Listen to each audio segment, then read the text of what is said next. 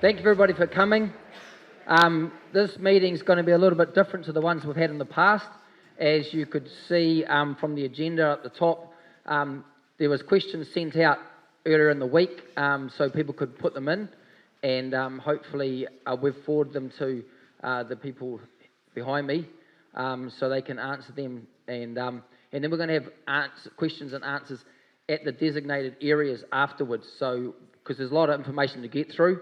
There's a lot of speakers behind me. I'm not going to introduce them all. They will introduce themselves as they come up. But thank you for all coming once again, and hopefully we can get a bit more information of what's been happening, and more importantly, what these guys have been asking government, and what we can look forward to happening in the future. So thanks everybody, and welcome to the team. Cheers. In case you were wondering what was happening earlier on, the reorganisation of everything, some of us, when we went up the top there, felt that we didn't want to be above you talking at you or to you. So we just decided that we'd just rearrange everything and bring it down here so we're all at the same level. My name is Pity Munro. I'm the Interim Chief Executive at Hawke's Bay Regional Council. And my role here is to probably set just a wee bit of a theme and a protocol, bit of a ritual in terms of how we can conduct ourselves tonight. The other night, I come from a little place, centre of the universe, a little place the other side of Wairoa called Whakakī. There's a little village there. And back in about 92, yeah, ladies nodding here, everyone knows where this place is. But we had an auntie, and her name was Reverend Polly Brooking. And she sort of held command across our little village. One day we had a hui there on the marae, and Auntie Polly happened to be there, and people looked at her because she wears a collar, and they says, "Aunt, can you say a karakia for us?" She says, "Of course." And so she said this beautiful karakia. And then after that, the meeting just sort of fell into, it was just totally dysfunctional. Terrible meeting. And so at the end of it, people like me, nieces and nephews of Auntie Polly, Reverend Polly, they says, "Aunt, can you close our meeting, please?" She says, "You've got to be joking." She says, "After that sort of meeting and the way that you conducted yourselves, you didn't listen to the words of the prayer at all." She says, "So why should you get a closing prayer?" And with that walked out and left everybody there. I'm subtly just setting the tone for our meeting. Because at the end of it, there'll come a point, you always open with a karakia or a prayer, and then you close with a karakia or a prayer. And at the end of it, I'm hoping in terms of the way that we engage and work with one another tonight, that we all might be deserved of a closing karakia. So the one I'm going to start with, this offers no disrespect at all to anyone in terms of their belief, their faiths, but I'm going to use one that I'm used to. It's one in a different language that Auntie Polly used on that night, and you're welcome to join with me. It's to set the tone of our meeting tonight. Our Father, which art in heaven, hallowed be thy name. Thy kingdom come, thy will be done on earth as it is in heaven. Give us this day our daily bread, and forgive us our trespasses as we forgive those who trespass against us. Lead us not into temptation, but deliver us from evil. For thine is the kingdom, the power and the glory, for ever and ever. Amen. Kia ora tātou. Thank you.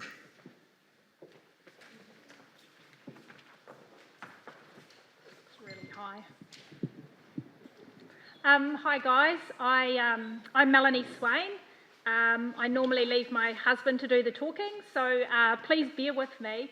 But what I just wanted to do tonight was just give you a little bit of an update of what a whole lot of volunteers and helpers from our community. We've got this phenomenal community that has come together, and just people really, really wanting to help each other. And so I just wanted to give you guys a little bit of an update as to what we've been doing in the background and some of the things that we're trying to do to help you guys. some of them are really small things, but they're just stuff that, in some small way, how we can, as a community, help you guys and help each other to get through what everyone's going through. So first of all, I just wanted to say a huge thank you to everyone who came to the party at the pub on Saturday night. It was a really good turnout, and I think lots of people had a really good time. There it was a great chance for people to catch up with each other and have a bit of a chat, have a few drinks and some food, and yeah, it was a really good thing.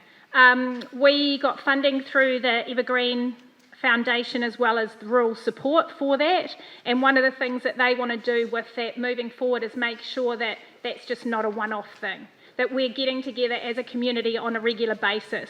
So our aim is to do that on a monthly basis around our community. So next time we'll be looking at supporting Crab Farm, and then the following month we'll be looking at supporting Valley Divine, and then just moving forward doing more events like that. So hopefully people find the time to be able to come together and be around other people.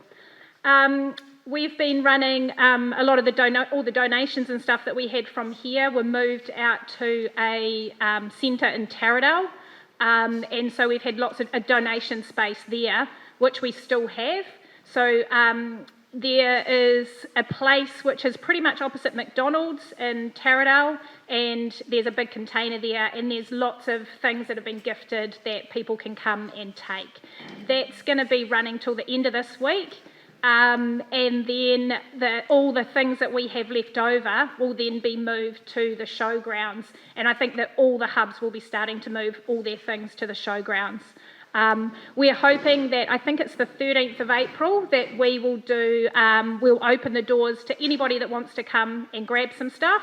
And we'll also open that up to things like schools and community groups, that they can come, pay $5, $10 for a bag of goodies, and then that money can go back into the community as well. We've been given so much, like especially clothing. So females, we have all got way too much clothes, just saying.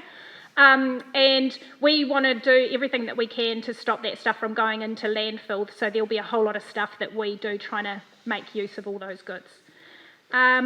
We've been working with the Bayview Community Trust, so they have had funding that has been coming into them that has then been going out to our community. So any funding that comes into that Bayview Community Trust, 100% of that goes out to the community.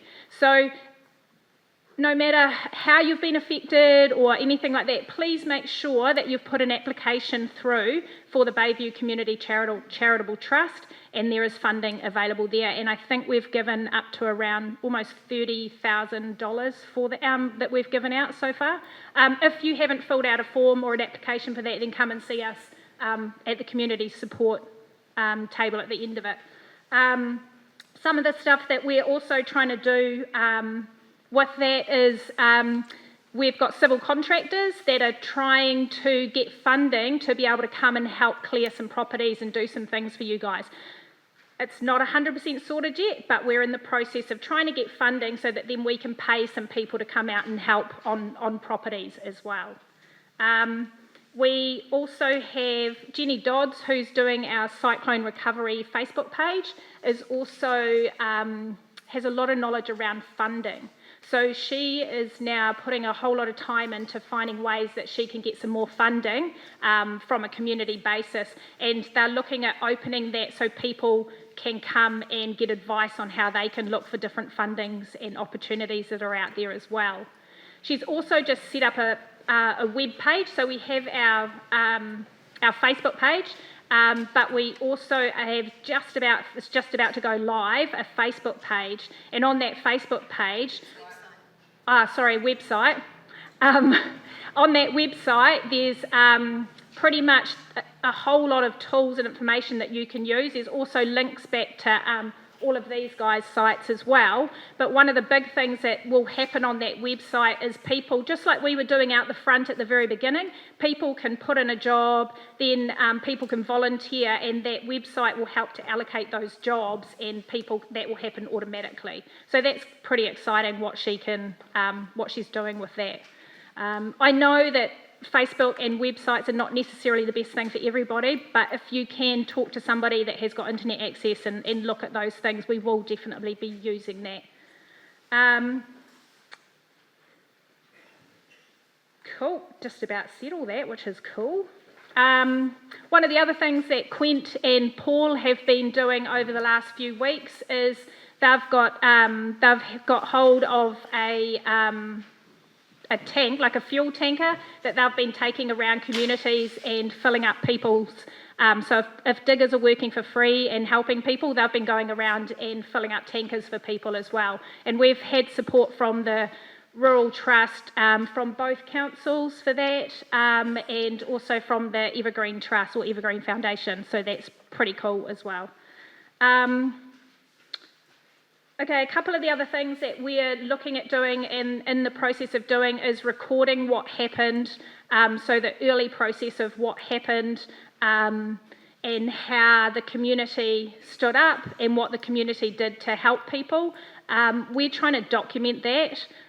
So we're trying to document that in a written format and possibly also in, we're wanting to record that as well. I haven't asked Ben yet, but I'm going to ask Ben about that too. So we really think it's really important to record what happened, and also we think that's part of our history, so from that point of view, but also to look at what happened and how we can take that information forward and work with councils and other people to make sure that things work better next time.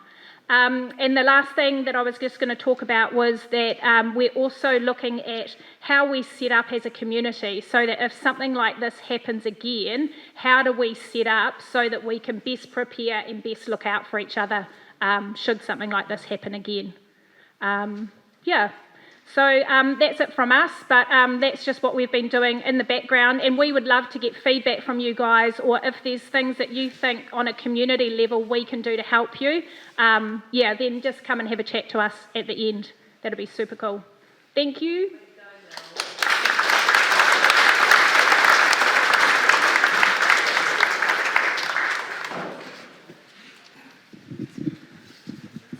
Just quickly, I don't actually like speaking at the microphone, but I'll give it a go. Hi, Quentin Varco from Unison. Kevin and I came along tonight just to hear the community and just to make sure that in terms of power, no one was here wondering, had any questions or had their house ready to liven and it wasn't being livened, because to be honest, that's one thing that keeps us awake at night, is that we may have missed anyone in terms of our, as we swept through and livened the network and properties. Just a couple of key messages weren't on the agenda, which is good, but I have got a couple of things to say. The first thing is other than Awatoto, our network is live right across the region. So not only in East Valley, up the Dartmoor Road to Patoka and the like. So that's been a big achievement for us. So our key message for everybody here is, if you think you should have power now and you don't, Kevin and I want to hear from you after this. If you know somebody who you think should have power and they don't, we want to hear from you, all right? And as you repair your properties, repair your pumps and everything else that needs electricity and it's ready to liven, contact our 0800 2 Unison number. That's 0800 2 Unison, and we'll get someone there as quickly as possible to do that. In terms of Awatoto, just out of interest, is our substation there was really badly damaged, and obviously there's a lot of draw in terms of power from that industrial area, and we're pretty clear in our messaging that that substation won't be up and running till the end of April. We're throwing every resource we can to get that up there, but it's just in terms of trying to get the specialist gear from outside the region and getting access into there, it is taking some time. But on a positive note, you all know that a lot of this valley is on a generator that's at the end of Esk Lane there. On a positive note, I've just been told that our substation, they're going to look to liven the substation at Esk, which they've just rebuilt this coming Thursday. So hopefully from Thursday, you all have security of supply going forward. We got you power, but we were finger crossed for the last few weeks that that power doesn't go out. So as soon as we've got that substation up and running on Thursday, touch wood, then the chance of it staying on is a lot more than it is now. And I guess the final message from me is, looking around the room, there's a lot of agencies that have are here to help and support the community, just like Unison is. And some of them get a lot of kudos, like the boys and girls in blue. I just want to tell you a little story about, and I know the community does this for others too, is while we were repairing power, all the beeps we were getting, like the positive beeps, not the and you know, people dropping off beers, food, just the thank yous and everything really lifted the spirits of our team. So I thank everybody that did that, and I want people to know that it actually means a lot, and it helps when you're working in the wet, you're working in the mud and things like that. And I know you're doing it not just for Unison, or the road workers out there, people repairing bridges, cleaning up the silt, taking the rubbish and everything like that. So keep that up. Everyone needs a lot of encouragement in these times. So thank you, Kevin. I'll be here at the end for anyone that needs to speak to us. Cheers.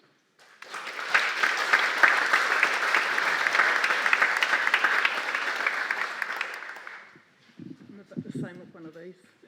Kia ora, I'm Julie Oliver Bell, and I'm from Te Whatu Ora, also known previously as DHB. A few things, I guess. We're 7 weeks in, and I see Mel and Quint and Dana and Lee and so many people here that were here on those first few days and I just see that people have given and given and given. And I guess I want to talk a little bit about looking after yourselves. And when you're looking after yourselves, and I guess what you said about people giving, and we've given and given and given for 7 weeks now, and then sometimes how do we look after ourselves? So no emotion is wrong, and I think from obviously we're keeping the meeting so there's not lots of questions, but there's probably lots of anger, frustration, there's probably lots of grief, and how do we cope with that? And then when does that get too much? And I guess I work in mental health and addictions, and it can come out in lots of different ways. Sometimes it comes out in a lot of drinking or drugs, and sometimes it comes out in pushing people away, sometimes it comes out in lots of different behaviours. And I guess it's how do we take care of ourselves and if we're taking care of people all the time. So noticing each other. And I think what I noticed in the few weeks I was here at the beginning of when the cyclone hit was people took care of each other really well in this community. And I've said it before, is I saw lots of heroes, everyday heroes. Every day someone would come in, a bit like that with the baking, with the nice beeping of the horn, with the helping each other. And at Te Whatu Ora, we're a secondary service. So I guess when people were starting to come to us for their mental health or addictions, it's got pretty bad. What we're trying to do is stop it coming to us. Really, we would like people to go back to their GPs. I don't know if any of you know that inside every GP, most of the GPs, there's a health improvement practitioner. They're like a counsellor. You can get free sessions with them, 4 free sessions. You don't have to go to your GP first. So if you need to talk to somebody and you don't want it to be, sometimes our family, sometimes they're too close. Sometimes our neighbours, they've got their own things going on. Obviously, we're all living in the same communities. So you can actually ring your GP and ask to speak to you. They're called a HIP. And you can get an appointment with them and you can talk to them. If you think you need something bigger than that, you can come to us.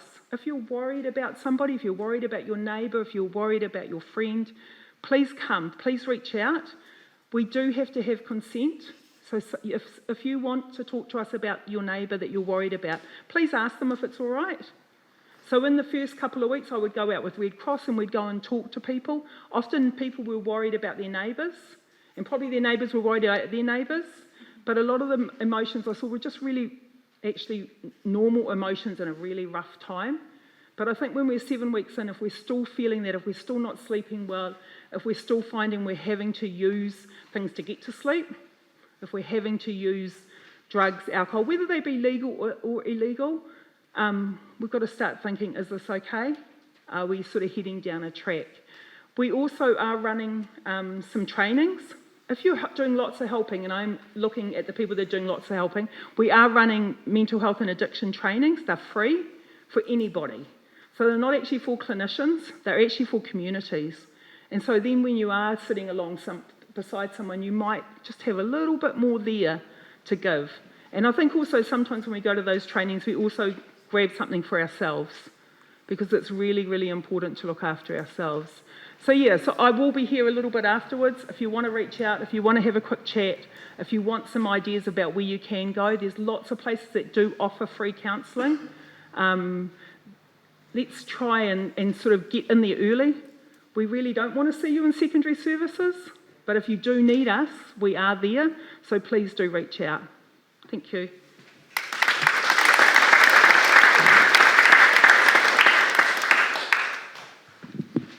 Kia ora koutou.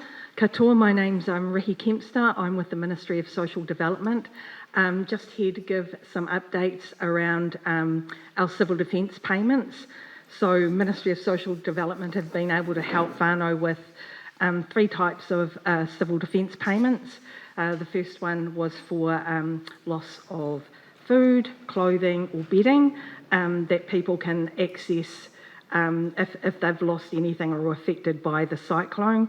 The second one was for if people were billeting other people in their properties, there's a payment to help with billeting as well, and the other one was around loss of livelihood. So there are specific payments, and it depends on individuals and their circumstances as to how much we can pay or if you qualify. And for our civil defence payments, they're not income or asset tested. So if you haven't been able to touch base with one of our teams, we are working from the hubs at the moment. In Estelle, we're working from Monday to Wednesday, and in other areas around Hawke's Bay as well that have been pretty badly affected by the cyclone. At the moment, we can pay those payments up until the end of this week. We have put in an application to extend that for another month. So hopefully we can help whānau for a little bit longer. We're waiting to hear back from that sort of higher level as to whether or not we can do that for you guys.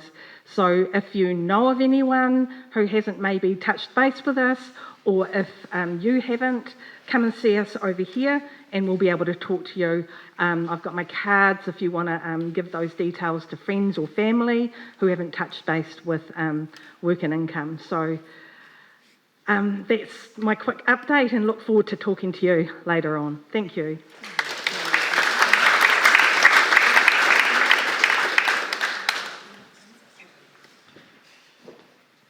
Tēnā koutou katoa. Good evening, everyone. It's great to be back in the beautiful Bayview Hall and share some of our updates with you. First of all, can I acknowledge our colleagues, Mayor Kirsten and Chair Hiniwai, and our partners who've been working, Regional Council. Can I acknowledge all the councillors that are here tonight? Everybody has been working really hard to get us through these past nearly 7 weeks, and in all sorts of ways. Our staff will be over here. We've got Sam, who's in charge of all the building recovery response. So those are the house sticker stuff. So any questions about that, talk to Sam. We've got Bruce over here with any stuff about any rates remission. Please talk to Bruce. Craig is going to update you on roads and bridges and waste and silt. And Bex is over here, who's been looking after all the community hubs. And can I acknowledge our Deputy Mayor, Tania Kerr, who many of you will know. It's 7 weeks tomorrow, and what a 7 weeks that has been. And I acknowledge the hardship and the stress and the anxiety that everybody is feeling. And I see my name's down alongside managed retreat, and that's something that is evolving. And it was very good to have a meeting today, not with us, but with all the insurance companies, the Task Force Recovery Manager for New Zealand, and all the council staff, with all the technical information that needs to be gathered to look at modelling, where flood protection can be, where the insurance claims are, where the red and yellow sticker areas are, and all of that modelling that will be presented. And we're lobbying very hard to make sure that all our communities who have been impacted by the cyclone have their say in this process.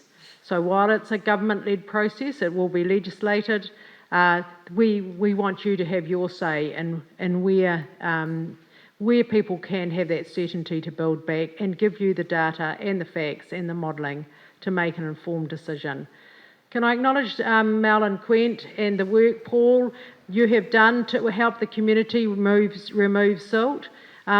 Everybody's done something in an incredible way, and you know that silt stuff is really hard.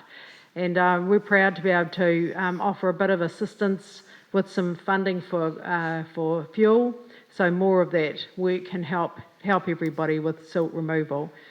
Can I just thank everybody who's been, just working so hard in this community hub, because this one was the first one set up by the community, and everybody's just been pulling their weight and pulling together.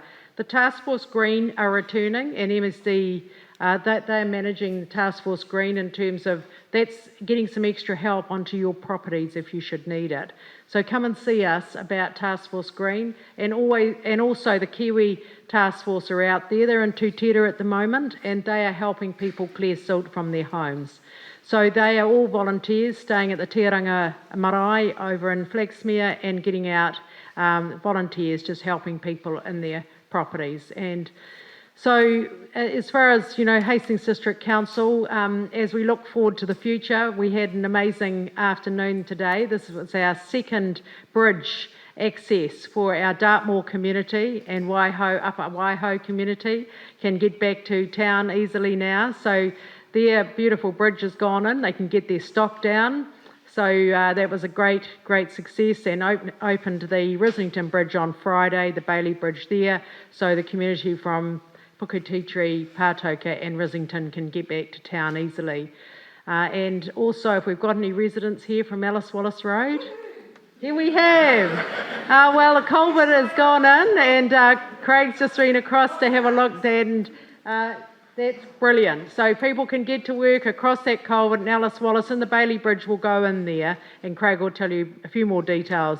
So our big focus is we've cleared 1,600 kilometres of slips and roads across our wider district. It's huge areas that we're talking here, and just acknowledge everybody's hard work and clearing these roads. And we saw some pretty awful slips today up in the Dartmoor Valley, and it's been hit really hard as well. So gradually we just keep, and Craig will tell you where the next one. There's a priority plan, and the team are working incredibly hard. They got that bridge in the Dartmoor Valley up in 2 weeks. So this is how people are working really hard to just get everyone access and find the answers for you, so you can just get on with your lives. So that's probably enough from me. Thank you everybody for coming, and thank you for your really hard mahi. Kia ora.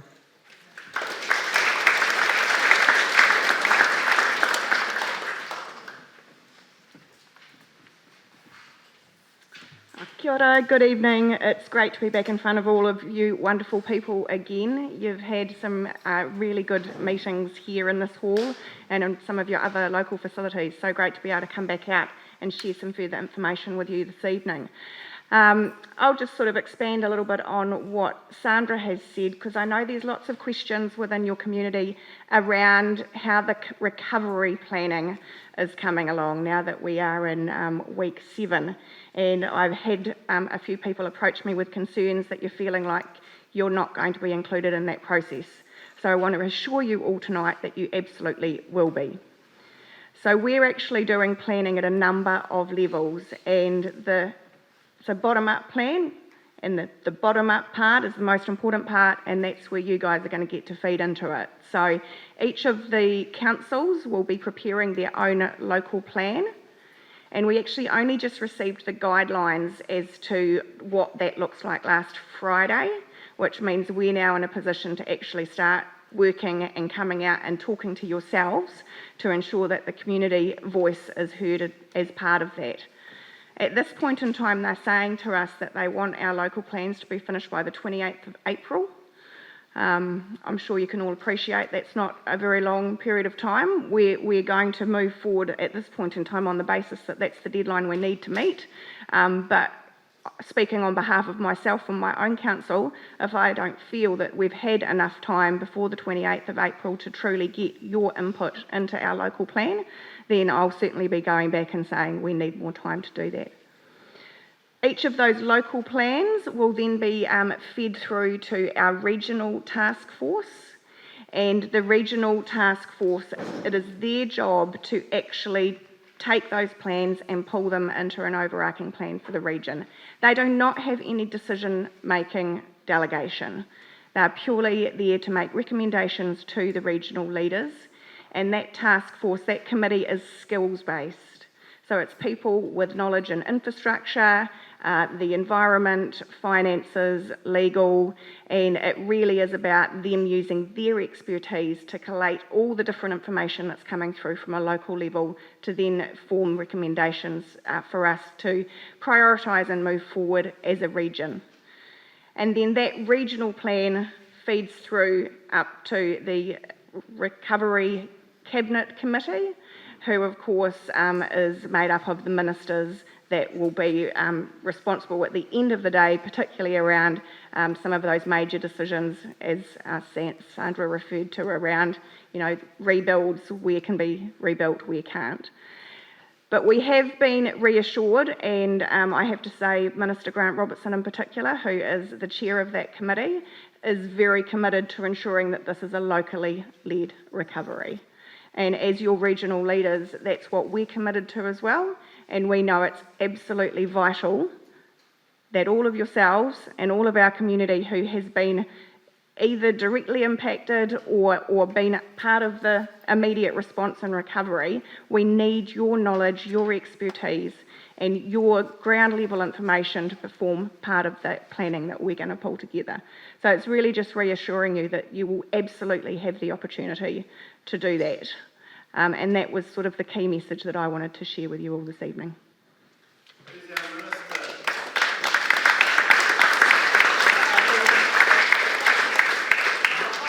So yes, the local recovery minister now is Meka Whaitere. She's been, I don't know that that's permanent, it might be interim, but she's certainly been put in there at the moment to replace Stuart Nash, so yeah.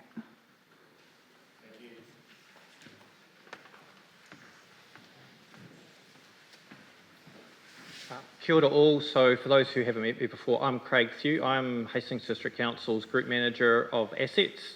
And just really to give you a couple of updates. So the community were interested in household waste, but there's just a couple of other information pieces just wanted to share with you, and I will be here at the table afterwards if people have got particular issues. First and foremost, the flood damage household goods. At a couple of the other meetings, there was a rumour that that process stopped at the end of last month. I'm here to reassure you, no, we still have not finished. We will not be finishing that until we've finished removing all those piles. There was a big run a couple of weeks ago. The trucks are due back later this week and next. So let me know if you haven't registered or if there's a pile that's been sitting that's been missed. I'll take your details and make sure that's followed up with. There was a question that was put forward to the panel around what happens with household demolition. So as it currently stands, that free collection from your property is for the household contents and goods, not the household demolition. The advice we've received is the insurers, the reason we stepped into the household goods is most people are underinsured from a contents perspective, and so the call was, hey, if council and government, and we're still chasing government for their share of money, if council can step in to help with that household goods. However, the feedback's slightly different around if a house needs to be pulled down. Before you start demolishing a house, please make sure you work with your insurers. You need to work through that really, really carefully. There are experiences out of Canterbury that I've heard where people got ahead of themselves and it actually didn't end up particularly well. So please work with your insurers. We do have equipment and we've got a bid in with government for some money so we can actually deal with all that household demolition in an effective and environmental way, but also just to deal with the sheer quantities. Just as a gauge, so that household flood damaged goods across the cities, we're putting through in the order of 440 tonnes per day going through the landfill, so we've over doubled our landfill rate. Thankfully, we have a consented valley to move to. We're just going to have to build it a lot faster than we thought. The other question I had the other day, which might come up, I haven't seen as many around here, is there was a question around the bales of hay and what do you do with those. We'll come back to you. We're working on an option of mixing that in the silt project that's jointly being done between HBRC and HDC now, and Napier City, because we potentially can use that material as some carbon fibre into that silt. Just a couple of other updates, just in terms of anyone who's out Whirinaki, North Shore Road, up on Eskills, who's on the Hastings District Council water supply out there, currently have a boil water notice. Just to reassure, so all the testing right through have all been clear, but we've finally received the last piece of equipment to put into that plant, and the first panel went in today, look to get the second panel in tomorrow, all going to plan. We should be able to remove that boil water notice by Thursday, so the boil water would be removed by Easter. Mayor Sandra just talked about Alice Wallace. Yes, we have a low-level crossing in there, which is the similar risk at the old low level. When the river gets up, it's obviously not very passable. We are working through on the Bailey option. We did look at going across the railway line. That option just didn't work, so we dropped that and working on the Bailey. We just have to work through with the property owners on each side before we can confirm the alignment and update timeframe on that. But we aren't leaving town until that Bailey's in, and then we'll work on a longer term replacement. That's all for me.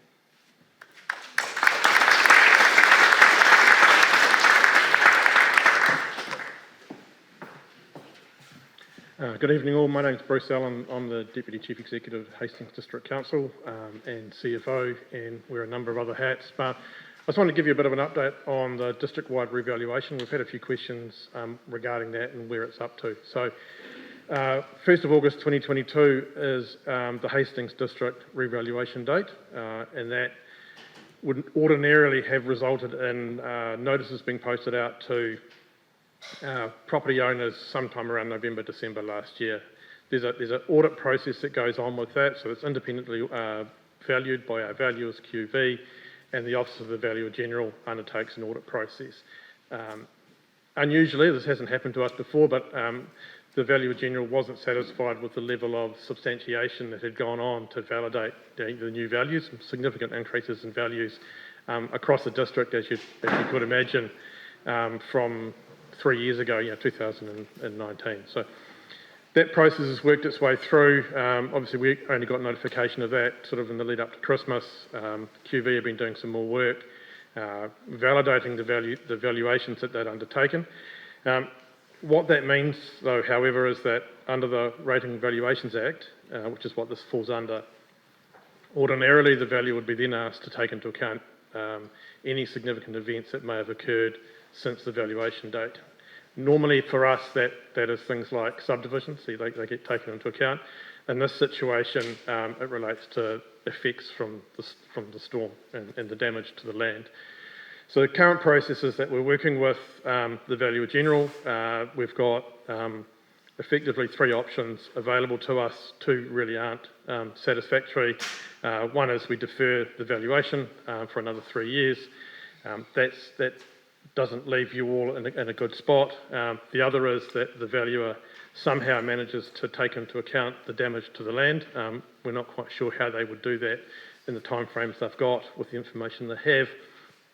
So the only other really viable option is for us to work with the Valuer General to have an order in Cabinet paper written for Cabinet to consider, which means that the damage caused by the event isn't taken into account. So we're pushing hard on that. We've got information to have to the Valuer General before Easter. They're writing the Cabinet paper, and we expect sometime in May that we'll have confirmation that has been approved. It requires then a series of legislative changes that enables us to do that. But effectively, excuse me, we're working through, we think the best is that those values are maintained as they were 1st of August 2022. We're not sure what that means going forward and what the government will use from it. Fundamentally, the valuation, the rating value is that. It's a mass valuation undertaken for the purpose of councils then striking their rates and allocating the rates sort of across the district. They are often used for different purposes though, and we all know that we look at our rating value as a means of understanding the value of our property. We think that the government may look at that as well, and certainly Treasury may look at that as to get an understanding of what they're up for if compensation is due. Advice back from the Valuer General is that they're not recommending that those values are what is based, when any compensation is used from that. So we just want to put everyone in the best place. We're pushing hard to have the properties registered as they were 1st of August without the damage taken into account. So it's just an update on that basis. The valuations are delayed, and it was for that reason and no other. And Ms. Sandra mentioned about rates remission. If your house has been red stickered, you'll automatically get that rate remission through to end of June, and council are considering what from there. If your house has been yellow stickered, then there's a simple process to come and have a chat with council around getting that remitted as well, and I'll be here afterwards if anyone wants to come over and have a chat and work through that process. Just one other thing, and just adding to what Mel said earlier around funding, the Hawke's Bay Disaster Relief Trust is there also, and there's hardship grants. I sit on the panel that allocate out the funds, and to date there's about $1.7 million has been allocated out across the Hawke's Bay district. So Hawke's Bay region. So if you have experienced the effects of the event and you haven't made a claim, you're more than welcome, and I can set you in the right direction for that too. Thank you.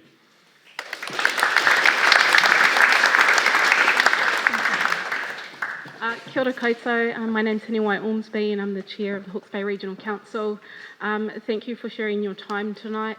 Our team is here by the table, so we've got a few councillors, Martin, Neil, if you can put your hands up, Sophie, and Yurif here, who's your constituent on the on the Hawke's Bay Regional Council.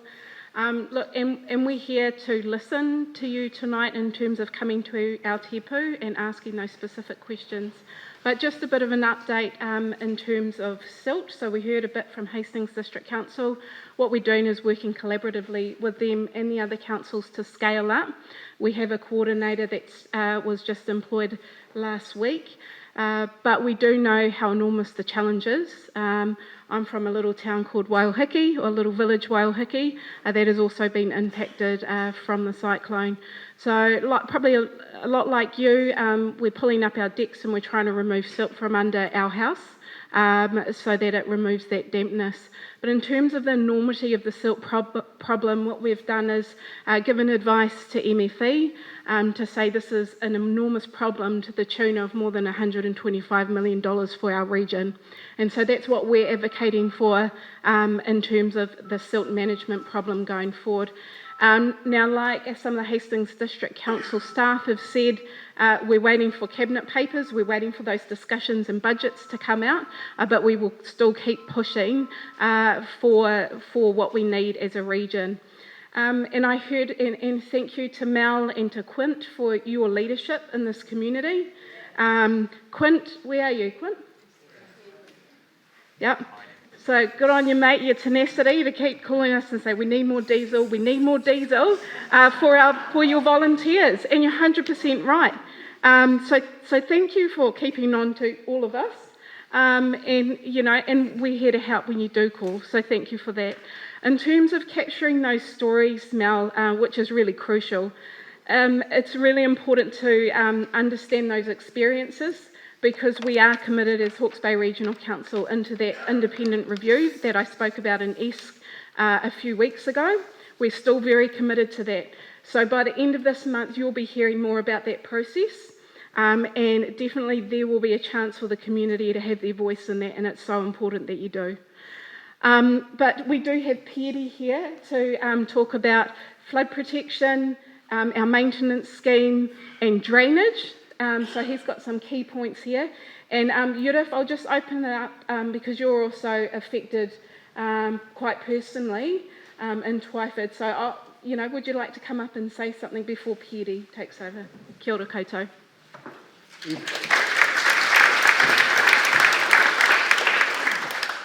Good evening, everyone. Once again, I always start with an apology to you all. I'm your regional councillor, but I'm affected. I'm 800 metres from the break in Twyford, and my apple orchard is completely washed away. I don't have silt, I don't have trees, I've just got green grass left, that's all, and my house is pretty well badly hit. So I'm grieving like you are. But what I've learned from this is, if you want to be a blessing to others, never say no to help. If people want to help you, say yes, because you help other people with it as well. That is so important, and that's how you get through it. My wife and I today had another big cry, like we do. It is tough, but we'll get through it. You know, we've got amazing people around the room helping us. And also what I've learned is, today I found out I've been looted as well. A lot of stuff has been taken from my property. So whenever I see police now, it's safety. It's not because they want to keep me under the law, they're actually here for safety. That's what they're there for, which is so important. So once again, for the police, I really thank you guys for being here for us and helping us. And let's hope that the additional police that have come in and brought in are not going home soon. You know, we're going to lock them up otherwise, because they've been fantastic. So once again, the voice of community. I've got a particular strong view on this, and I have to talk about this. I've been now just over 3 years your councillor, and the submission process that we have gone through as councils doesn't work for me, and it doesn't work for you guys. That's the way I see it. As individuals, coming to a table for 10 minutes to give your views doesn't work. And I've never seen change happen except for when Martin Williams was involved. He was a chair that actually listened under the Regional Transport Committee. So I really encourage you, as a community, I see a clipboard going around, make sure your name, your phone number and your email are on there, so that you as a community, as a whole, can speak as one voice. You won't all agree on what direction you should travel, but at least the main direction will be clear to us and predominantly central government, the policy makers, and the ones who actually have got your and my destination in their hand. So that's all I want to say. My name and number are on the Hawke's Bay Regional website. If you've got any issues, give me a call. I think I've got everything under control at home. And I'll be out in the community to give you a hand. I have not seen what your devastation looks like. A, I didn't want to rub a neck, and two, I haven't had the time yet. But soon I will, hopefully, by your invitation. Thank you.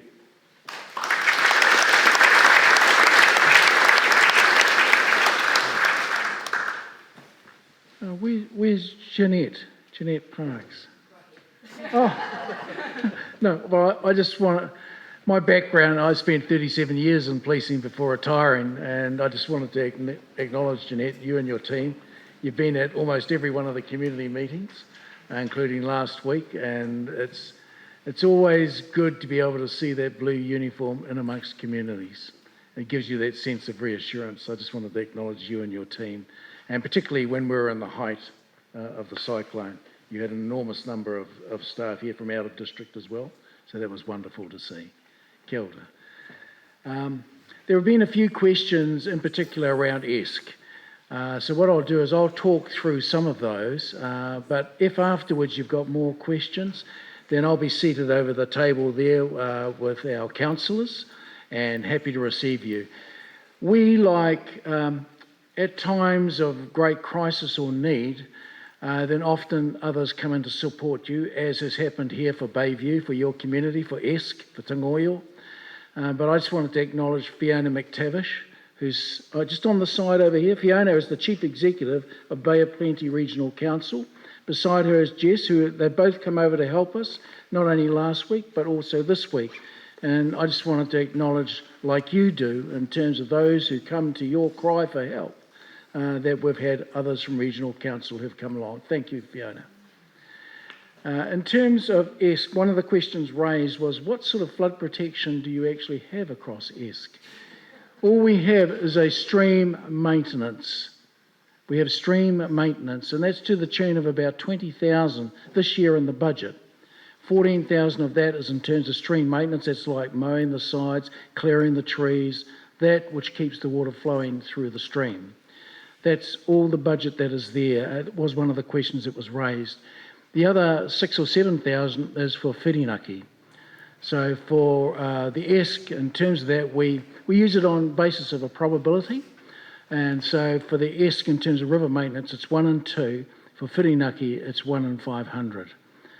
So I just wanted to let you know that's what we have at present in terms of ESC. I think the other questions that were raised in there was around, in particular, around the ESC opening out to sea. And so we monitor 19 openings, river mouths or openings across the region, and ESC is one of those.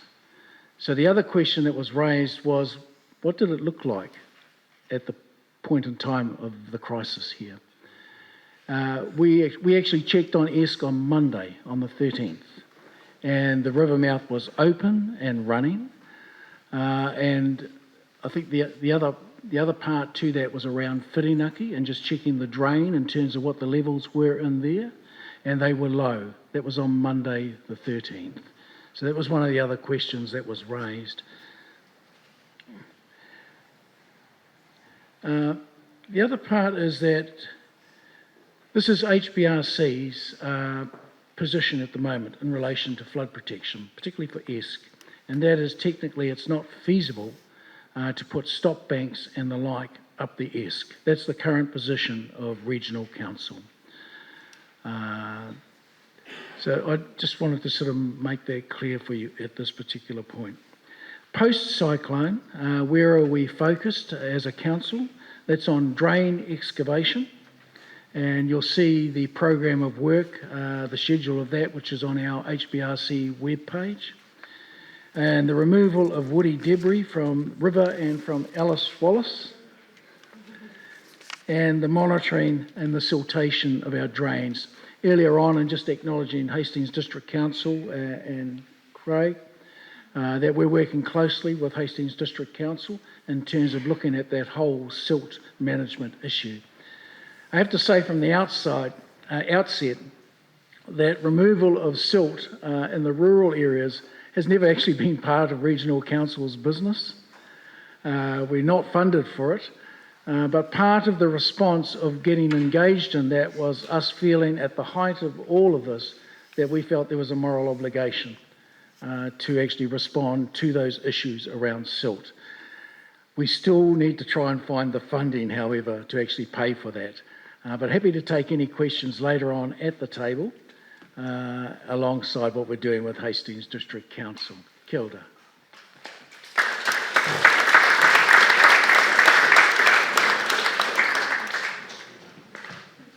Sorry, Jeanette, just wow. I made a police officer sit down. Hey, just the reason I just popped across is just to build on just Petty's comments. So just in terms of if you do have silt, there is an 0800 number for you to call, which is, if I fold to the right place, 0800 108 838.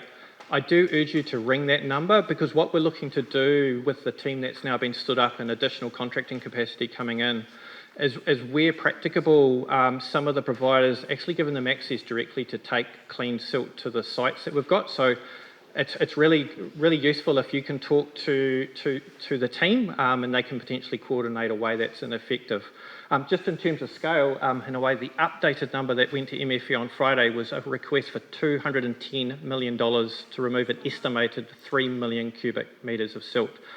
We actually think, best estimate, and we're waiting for some information to come from the university, there's probably 5 million cubic metres of silt that's spread across the Heretaunga Plains and up the river. So it is a massive task.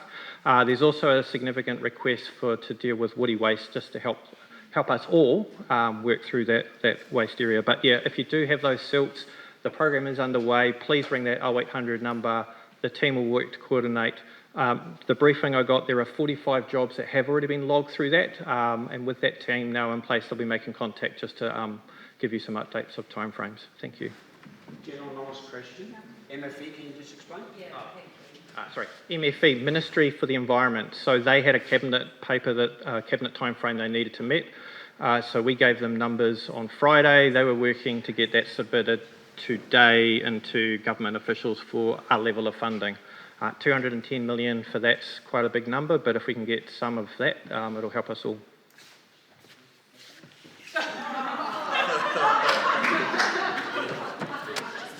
Kia ora koutou. Look, I enter into the fray with some trepidation, but I know that you will be thinking about this issue of flood protection, and Hiniwai mentioned that there will be a review. So the fact that there hasn't been a stop bank for the Esk Valley, the fact that the current view is that the stop bank is not feasible, will all be questions that need to be considered in this review, including your view on what you think about that, on what that means for future risk assessments for the community in that area going forward. So this isn't just saying we accept that that's okay, but it does seem, and it surprises me enormously, that the backstory here, unlike some other community catchments, is there hasn't been a conversation with the Regional Council around funding and support for a stop bank scheme and a full assessment of its feasibility.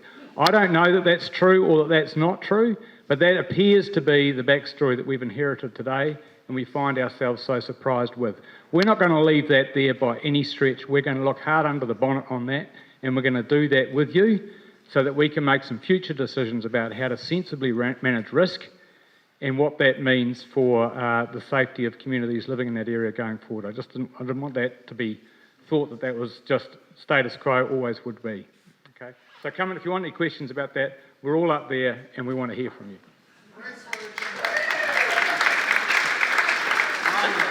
Kia ora everyone, Jeanette Park, Eastern District Commander. Look, before I kick off and say anything, I just want to acknowledge the rawness, and I can see it tonight, and it's incredibly hard and it's really heart-wrenching.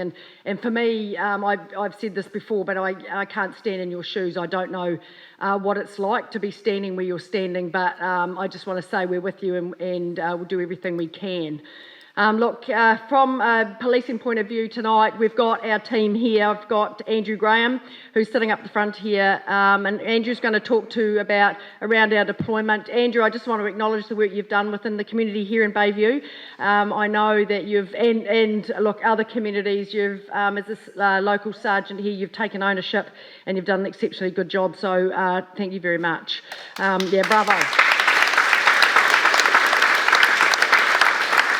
It's like in everything, often you'll see a star that pops up and they shine away, and that's Andrew. He's done a really good job. I've also got Carolyn Martin over here, who's our Area Prevention Manager for Hawke's Bay. She's also been leaning into this hard and fast and working really hard. I've got Gwyn Pinnell, who's also been there. She's our Deployment Manager, so she looks at the numbers we've got in our deployment that we work across the area. So probably for me, look, there's been a lot of meetings and there's been a lot of questions, and we have listened to you, and there's some things that I just want to talk to. I mean, the mobile bases that are, there's one sitting down at the BP at the moment, and what we want to do, and Andrew will talk to this just around going forward, what this looks like and where we position the bases. We've got the 10-5 line that was certainly caused some angst for people, and that was set up in the 10-5.6, you push 6. So I hope that has been working for people. But if it hasn't, we're here tonight, and that's what we've got our police sign over there. And I think Andrew very kindly bought some lollies as well. There's always an attraction.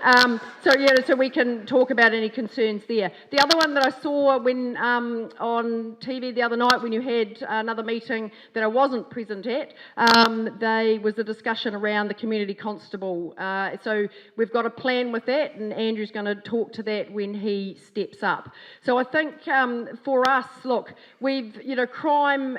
This is about the challenges, and this was frightening. Right, this was scary, it's frightening, it's dark, there's no power, there's no cell phones, the pressure was unbelievable, and so I certainly acknowledge that, and our teams have been working really hard, and we have got other staff in and making sure that we've got coverage across the area. So, but the other thing for us is making sure we hear from everybody who has some concerns or worries, because we need to know what's going on. So, and also I know I've read, for people that couldn't report things because you didn't have a phone, you haven't got cell phone, you haven't got coverage, so you couldn't do that.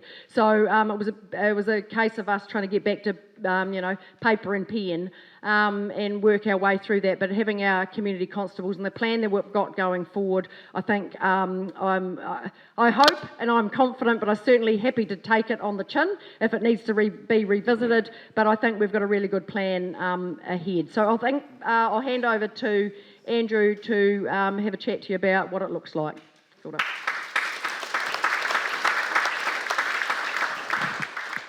Ooh, the room's filled up a bit since I last looked. Hi, as mentioned, I'm Andrew, or Anaru, as some of you know me as. Thank you, Jeanette and Caro and Gwen. Obviously, without the support of the leadership team behind us, we couldn't get out there and do the work that we've been doing. And I think the thank really needs to go to all the out-of-town staff and the guys and girls out in the blue that are just out there doing what they do. So it's not me. Oh, yes, they have arrived. So the first, I've lost count of the number of these community meetings that I've come to and spoken at, but I'd like to kick it off. Could I get a raise of hands if anyone in here tonight needs to speak with the police about anything? Which, going by that, no one's going to eat the lollies, so I get lollies. Thank you, Lee. If, as we mentioned though, we're all here to support you. There's a couple of the out-of-town staff that have just popped in. They're here for the same reason, so don't have to come to the table. If you see a policeman driving down the road, wave them down, have a chat, ask them questions. They're here for you and your community. That being said, without rabbiting on too much, I did want to acknowledge that it's been a real privilege being part of this community, being part of the Puketapu meetings as well. I was here at the first meeting when this hall was absolutely chock-a-block, and there were a lot of people looking for answers, and the sad fact was we didn't have answers. And I'll repeat something that I said at that first meeting, was just look after each other. We're all in a very similar boat, we're all looking for answers and we all need help. There's some really key messages coming out from all the teams that are out there. The well-being is such a major part. There's the people that we're not seeing at these meetings, the people that aren't asking for help that we need to be reaching out to, which kind of leads me into looking at all the community meetings that I've been to. The ones that have been most successful, for me, Bayview and Puketapu, they've done amazing. And there's a few key components in there. One is having a great team in the community that stepped up, and they initially led it before we could get the councils and everyone else involved and the other services. The other one is, and this is key for me moving forward with a bit of an operational plan, is as a community they are connected with each other. So moving forward, the key for me is being connected, and how do we continue to build on the groups that have set up through this catastrophe. The other part, which might be incidental, is the ones that have done really well also have a pub in the middle of their communities. But not my area of business. That being said, I popped along on Saturday. It was a great event. It was great to see most of the people that I've seen throughout this time down there, and it was a really positive night. So, take my hat off to the team that organised that, Lee and Quentin Mel. You guys have done great. The social media, as much as it was a curse, it was also a blessing. That's how a lot of people stayed informed. So I think there's one more speaker, Louise, after me. So just to give a quick overview, because if you want to be part of the plan, that's why we're here. We need you to come and tell us where you need us to be. So we have the extra out-of-town staff still in district. They're out patrolling in the areas that we get reports of crime happening. So that's where reporting crime is really important. We have the mobile police buses, and we're up to 5 of those now. So those buses are, this is another question I thought of before actually. Who thinks the bus should move from BP and go into other areas? Can I get a raise of hands if everyone's happy for it to move? Or should we keep it at Bayview? BP. As in, down at the BP, or get it out and about in other areas? Yeah. Yeah, so I've asked that in a really confusing way. Would you like it mobile, or do you want it stationary at the Bayview BP? Mobile? Cool. So come over and see me over here, and we'll take a bit of a poll for tonight. The plan is moving forward, Yeah, that was terrible. QV's been he's been a guide and a mentor through all of these community meetings, and he's sitting over there shaking his head at me. So moving forward, we've also invested extra staff into the rural space. So here in Hawke's Bay, we had 3 permanent rural staff. Pat O'Leary was the community constable for out here that I hope quite a few of you met before. Mike Beatty is up Partoka ways, and then Brad Clark is out Waimarama. And there's 3 big geographical areas that they have to cover all by themselves. So we've invested extra staff, another 4 staff into those teams, purely for us to get out to the most affected communities, which this is one of those communities. So moving forward for here, the key for me has been connected. So the communities who got up and supported themselves and got back on their feet the quickest were the ones that were connected with each other. How do we connect with you is what we're wanting to do moving forward. So we've got a number of meetings and little hubs that we're touching base with to say, okay, where do we go to from here? And then we can start addressing all the crime problems behind that. So without going into too much more detail, you've got extra staff that are still in district for the next few months. We've got all the mobile hubs out there for people who haven't got access to computers or phones and they need to speak to a policeman. We're going to be communicating those out via social media. Seems to be the best form of getting the message out to people. That's utilising the council Facebook pages, the police ones, and the community ones where the likes of Lee have been managing. Those seem to be the most effective way in the absence of these community meetings. And I think I feel like I'm rabbiting now, so I'm going to say thank you all. Again, it has been a pleasure. And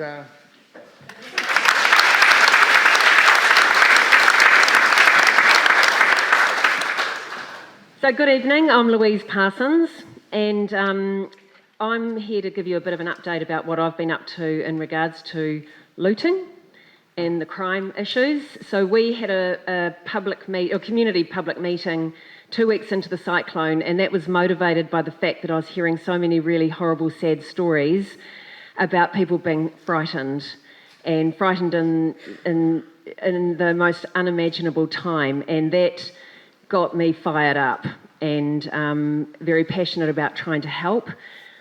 So we held a public meeting. The first one was at Crab Farm, and I invited some ministers, like Stuart Nash. He came because he was the Minister of Police at the time. We got National Minister of Police, Mark Mitchell. We had ACT, their Justice spokesperson, come. We had police there as well.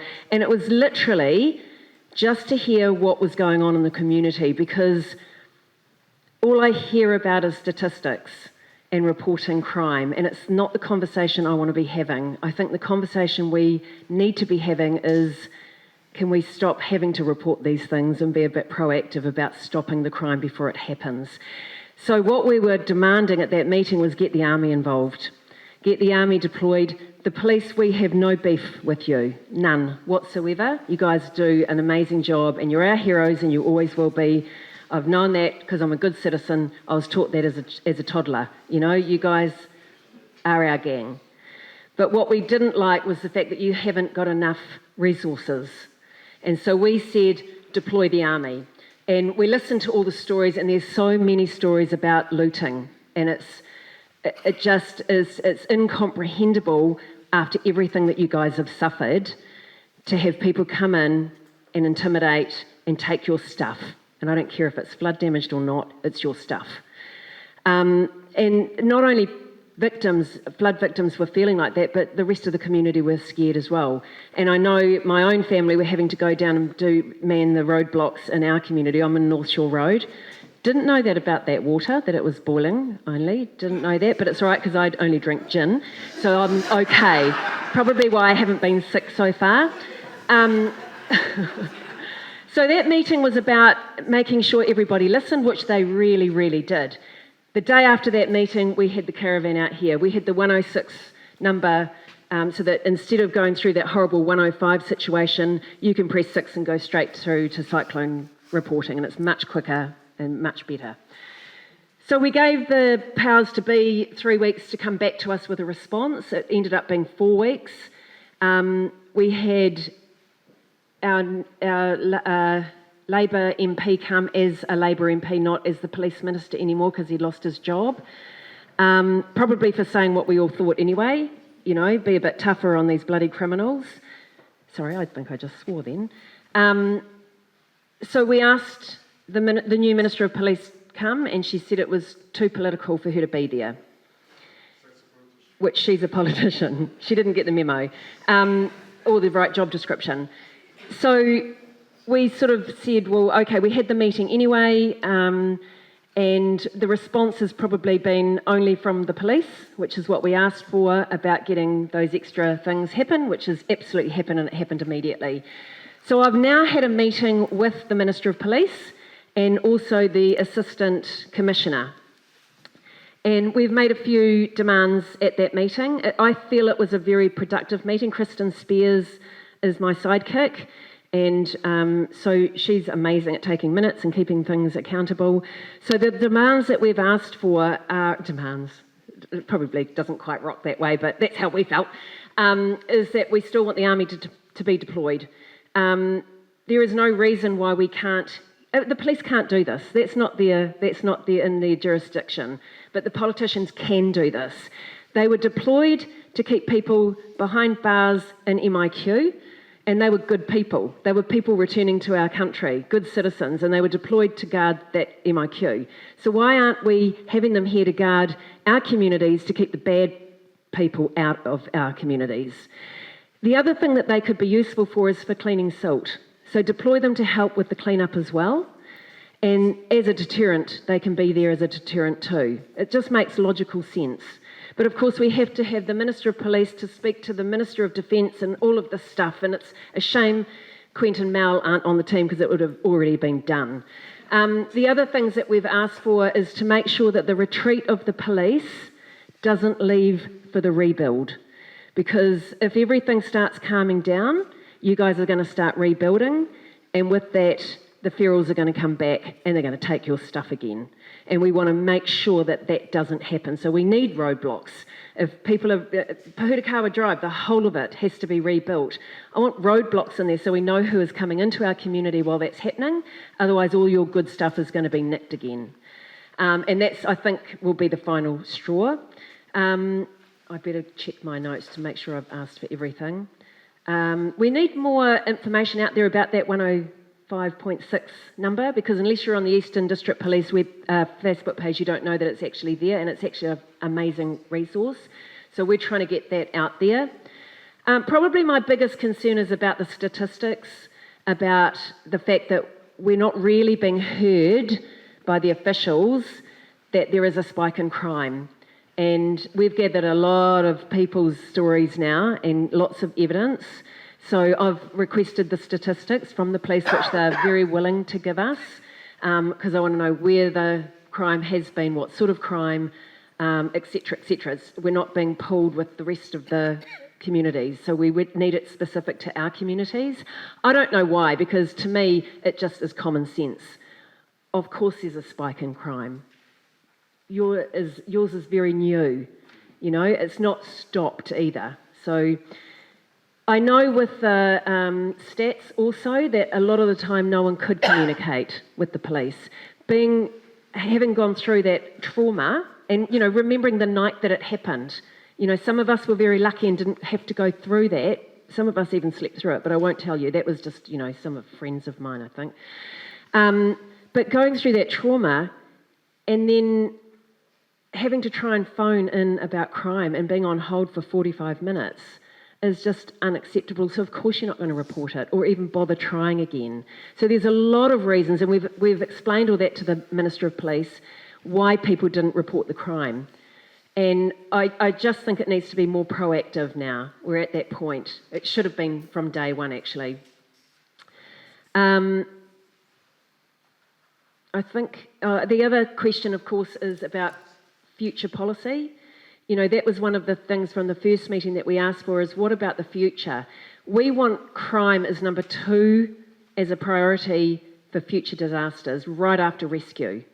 So we need to cordon off streets. We need to make sure that security is just second to rescue. that needs to happen fast, and it would have avoided a lot of the suffering that has gone on as a result of crime and looting and that horrible fear, you know. The other thing I did mention is that tempers are so frayed, and rural communities are armed, and you know that because they hunt. They didn't go out and grab a whole bunch of guns, they have them. And I'm so frightened that something bad is going to happen. And that's because people are still scared, they're still vulnerable, and we need some proactive security out there. You know, roadblocks, the whole works, we still need it. So what we've done is we have taken minutes of that meeting. We're just putting a big email together now to make sure that we covered everything, and we're asking for a response. Once that we have that response, I'll probably go full Karen again and go to the media again and let them know what that response is. But I'll also be putting it on our community pages so that you guys keep in the loop. So that's where we're at with it. I'm a dog with a bone. I'm not going away because neither is crime. Some of you may remember me from the Sensible Sentencing Trust days. I started it with Garth McVicker because there was such bad crime back in the day, and now we're back here again. And it seems to have been the last 5 years. I don't know if you can make any sort of coalition with that, but I think I've worked it out for myself. I just want to finish though. You know, Peter, you said you guys didn't want to sit up there. You wanted to sit down here with us to be on the same level as us. And I think moving forward, when we go to the table about the recovery, and we're talking red zoning, and we're talking about major decisions that are going to affect your futures, we shouldn't be out here. We should be sitting at the table with you. I don't think asking us for our input is enough. We need to have representation sitting on that table as well. And that is something that's kind of the next thing that we're starting to form as a group, a smaller group, to represent the community so that we can actually be represented loud and clearly with you guys. Yeah? Not as just, we'll get your input. We can get that because I think we pretty much all know what we want. We need to be sitting at the table with you. All right? So that's just my future demand. Yeah. So that's me. So thank you and stay well. And Mel, I'm assuming you're going to close the meeting, or Quint. So you should. Oh no, Pity will, because he's going to do a karakia. If we've deserved it.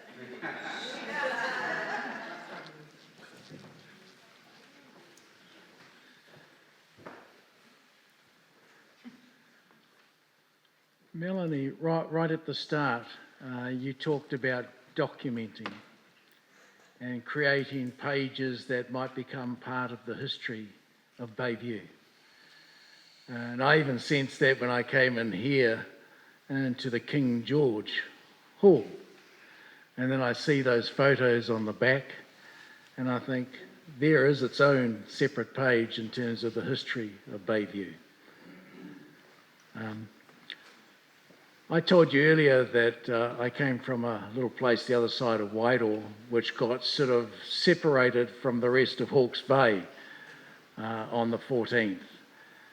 And so, perhaps like you, I was wondering how all my cousins, my aunties, my uncles getting on up there, because I couldn't ring them, couldn't hear from them. And no doubt you were feeling much the same here in terms of what we talked about as connections being absolutely critical, principle in terms of moving forward. What I didn't tell you was that on my mother's side, I'm from a little village on the other side of the island called Parihaka, which has a bit of a torrid history back in the 1860s, 1880s. But here's a little story. And I wanted to sort of impart and talk to you about this story because when things get heavy and things get tough, then what happens is you come together. And I reckon one of my ancestors from on my mum's side there, he says, "Me he tau mahatonga kei rungi koe, hui huia kia kotahi," which means that when the going gets tough, or when you are so burdened and laden, it's difficult to actually move a foot forward, he says you come together as a community, just as you have. I think on the agenda it says to close the formal part of the meeting. I'm thinking we're not even halfway through the meeting. And there's going to be a time when we'll be available to you at the tables around the hall to answer to your questions. I'll come to Auntie Polly shortly. But this invocation here was said back in 1880. And it's an invocation that I want to impart to all of you. It's not so much about where you've come from or where you are. That in itself deserves acknowledgement. It's more about where you are going to, where you aspire to be individually and collectively as a community across Bayview. And I saw Lee Grace standing over on the side there earlier on. Lee is the Chief Executive of Maunga Haruru Tangitu Trust. There was one place, and that's Te Ngoio Marae, which got devastated as part of the floods down the Esk. And what happened was Maunga Haruru Tangitu Trust and all its people actually sort of came together, collectivised, not only to cry and lament for what they've lost, but to actually build a future about moving forward. So, tēnei te mihi kia koutou o Maunga Haruru. This is what King Tāwhiao was gifted by his ancestor Oranga Whenua in the 1880s.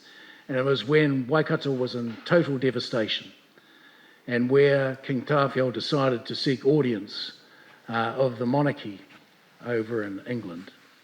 These were the words imparted to him at the time, and this is the invocation that I'd like to pass to you. Oranga Whenua said, "E tama, kia hora te marino, kia whakapapa paunamu te moana, kia tere te kā rohi rohi, kai mua I tō huarahi. Haere e tama haere, ko tō haere, ko te rangi Māori e." Which for you, as an impart and a sense of aspiration and strength moving forward, is may the calm be widespread in front of you. May the pathways to recovery glisten like that of greenstone. May the shimmer of sun forever light up your pathways. And may your constant companion to one another and to those who you are destined to meet on that journey, may it be peace and goodwill. And Auntie Polly would give a karakia like this. Whakataka te hau ki te uru, whakataka te hau ki te tonga, kia mā kina kina kiuta, kia mā tara tara ki tai. E hia ki ana te ata kura, he teo, he huka, he hauhu, ti hei mauri ora. Translated, cease the winds from the west, cease the winds from the south. Let the breezes come over the land and intermingle with those coming off the oceans. And may the red-tipped dawn come with a sharpened sense, touch of sleep, touch of frost, the promise of a glorious day in front of us all. E aku rangatira of Bayview community, I acknowledge you.